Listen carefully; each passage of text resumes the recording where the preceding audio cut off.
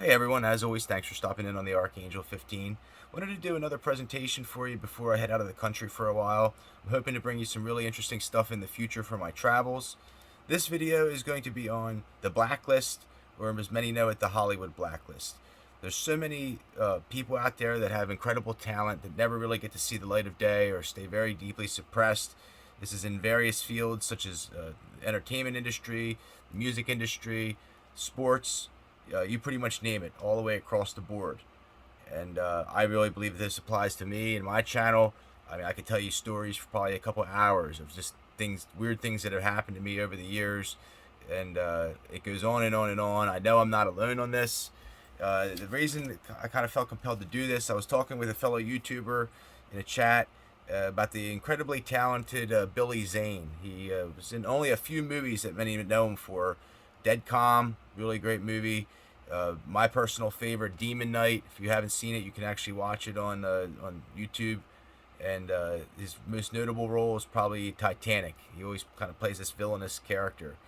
And everybody was asking, why did he not get casted in more roles? And I said it's probably because he got blacklisted. And there's about 7, 8, 9, 10 various reasons that people get blacklisted.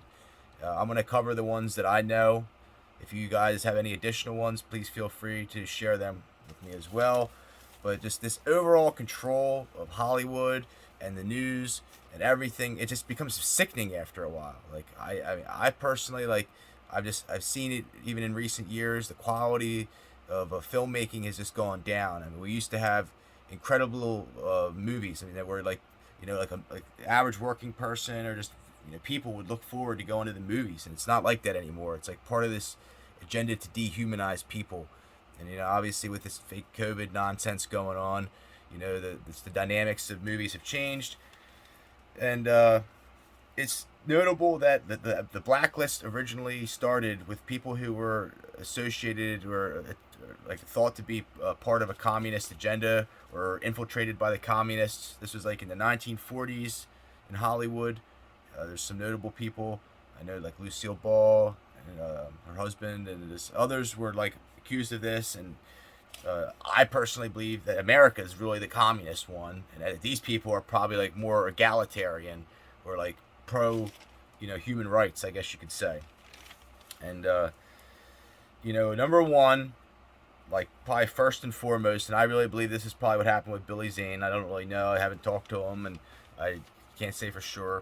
Is breaking free and attempting to like do your own system, or like just like take like whatever roles that you want, or like basically implying a deeper agenda into your work.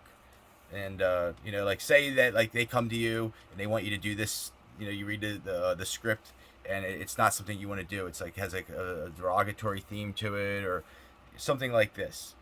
Then you'll like you won't work.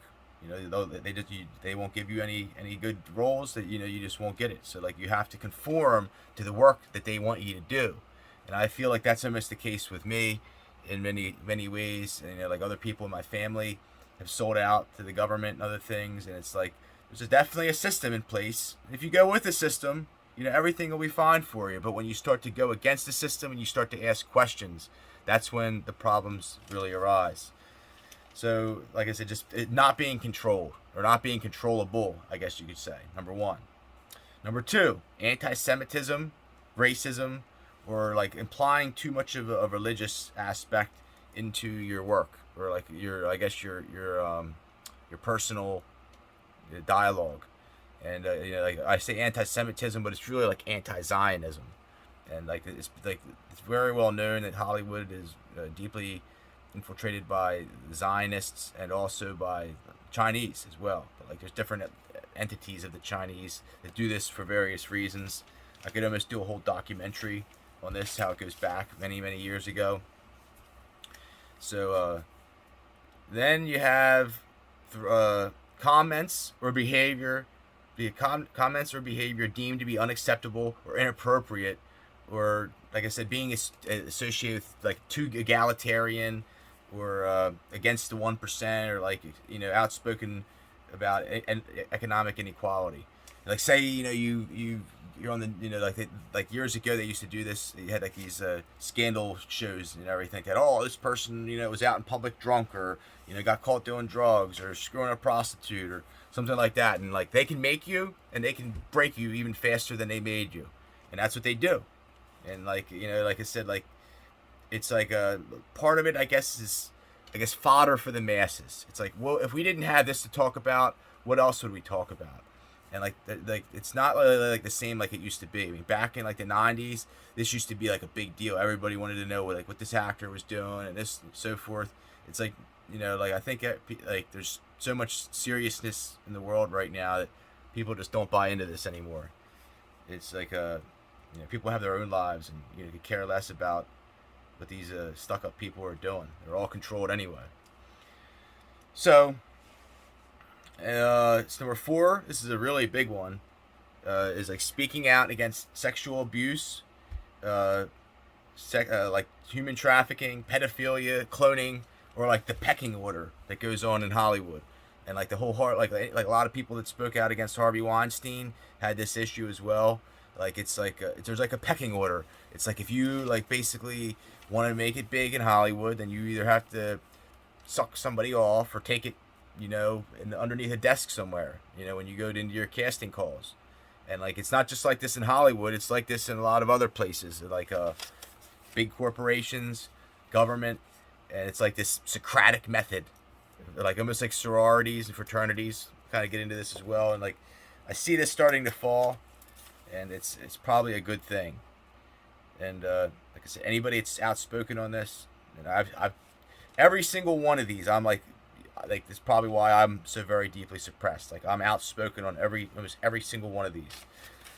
So number 5, politicizing your bully pulpit, or speaking the truth about, like I said, just like certain things. Like I said, like say like you're pro Second Amendment, like big one there, very very big one. Like anybody that's pro Second Amendment, they don't like you'll get cut out quick. Like it's not fitting into the New World Agenda. Like I said, speaking out against economic inequality, or like the shenanigans on Wall Street, or like the oil industry. Like some people say about global warming, but it's really bigger with the oil industry, to be honest with you. Number 6 is demanding more money. Just like I heard it, like Charlie Sheen, that's one of the reasons he got blacklisted or whatever. Like 2.5 Men. Like I said, anybody's, even like I said, like they don't like drug use. They don't like just people who are free. Like they want like these cookie cutter people, I guess you could say, anymore. 7 is having a spouse that is not a cooperative. Like if you say you have a wife that or a husband that's not part of this Hollywood system, or like the powers that be, then they don't like you. They don't want people like that. They want everybody to be controlled. And like it's really sad is like I think that there's a lot of people that like maybe didn't know it. Like maybe like they got brought into Hollywood, rose up to fame, and then like married and they had kids and everything. And like at a later time they probably realized that their wife or their husband was like actually like part of the CIA or controlled and so forth. Like I kind of have like my own like medium abilities I've done with like Chester Bennington, and like I almost feel like his wife was like part like a Hollywood Playboy or a Playboy bunny or something like that. And like I feel like he used to be, he was like bad on drugs, and like the music was amazing. Like Linkin Park was like some of the best music I've ever seen live before. Very very lucky to have seen them live, and they're like 2003 2004. And like I think one day he just woke up and realized that like everyone in his life was like a CIA plant. It's just like the truth. So then you have final one here is screwing the wrong person's wife, or like infidelity. Like if you know what I mean, like they probably don't go for this whatsoever. If you mess with certain people who are like I guess protected in the system and whatnot. But anyhow, this is a short little video I decided to do. A lot of truth to this, and like I said, I appreciate any feedback from anybody else. If you can think of any other reasons, please share them with me. Thank you for your time. I've always enjoyed my work I do on this channel. I take great pride in bringing you nothing but the truth. Take care, folks.